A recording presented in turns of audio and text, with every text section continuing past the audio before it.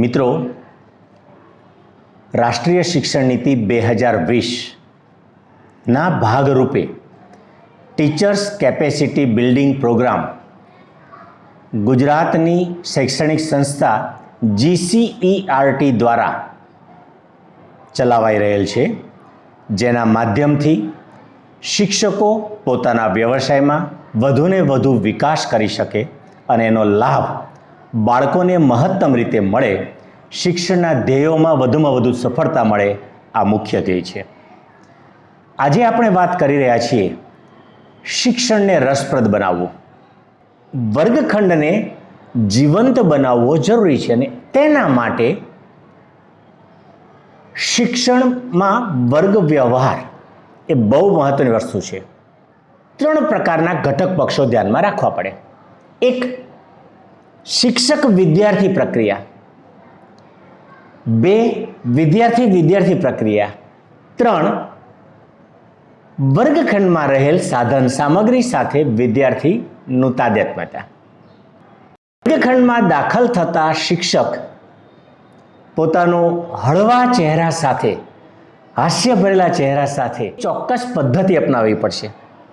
ક્યારેક નાટ્યાત્મક પદ્ધતિ, તો ક્યારેક સંવાદ પદ્ધતિ, કોઈક વખત વાર્તા દ્વારા, કોઈક વખત નિદર્શન દ્વારા. આમ અલગ અલગ પ્રકારે વિષય પ્રવેશ થવો જોઈએ. અને જ્યારે વિષય પ્રવેશ થાય એટલે બાળકોને કુતૂહલ થશે, સાહેબ કંઈક ભણાવી રહ્યા છે, સાહેબ કંઈક કરવા જઈ રહ્યા છે, આપણને કંઈક નવું જાણવા મળશે. અને એ જ્યારે તમે એમના ચહેરા ઉપર જોશો એટલે આપણો ઉત્સાહ પણ વધી જશે. એક શિક્ષક તરીકે બાળકોનો ઉત્સાહ વધે છે, આપણો ઉત્સાહ વધે છે. ત્યારે એક આપણા મગજમાંથી એક શિક્ષણના જે વિષયમાં આગળ વધવાનું છે એનો ફ્લો વહેશે.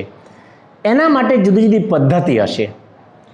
શિક્ષણ એકલી વ્યાખ્યાન પદ્ધતિથી આપવું હિતાવહ નથી. અલગ અલગ પદ્ધતિને સ્થાન હોવું જોઈએ, અલગ અલગ પદ્ધતિના અનુબદ્ધતા પણ હોવી જોઈએ. જે કોઈ વિષય હોય વિષયમાં બીજા વિષયની અનુબદ્ધતા પણ જોઈએ, એનું જોડાણ પણ જોઈએ. આમાંની એક પદ્ધતિ છે આગમન નિગમન પદ્ધતિ. જુદા જુદા ઉદાહરણો આપ્યા પછી એમાંથી જે કોઈક લક્ષણ તારવવામાં આવે, કોઈ નિયમ તારવવામાં આવે, એને એક આગમન પદ્ધતિ કહી શકાય.